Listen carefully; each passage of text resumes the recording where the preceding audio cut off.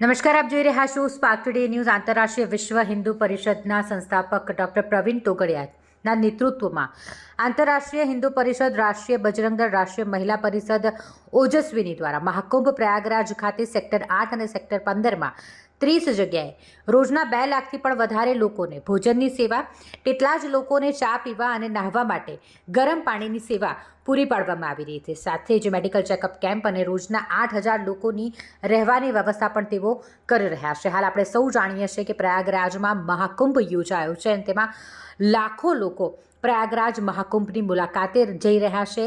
આ પાવન ધરતી પર તેઓ ધન્યતા અનુભવવા માટે પહોંચી રહ્યા છે. તેવામાં આંતરરાષ્ટ્રીય હિન્દુ પરિષદના સંસ્થાપક ડૉક્ટર પ્રવીણ તોગડિયાના નેતૃત્વમાં અનેક સંસ્થાઓ આ લોકોની સેવામાં જોતરાઈ ગઈ છે.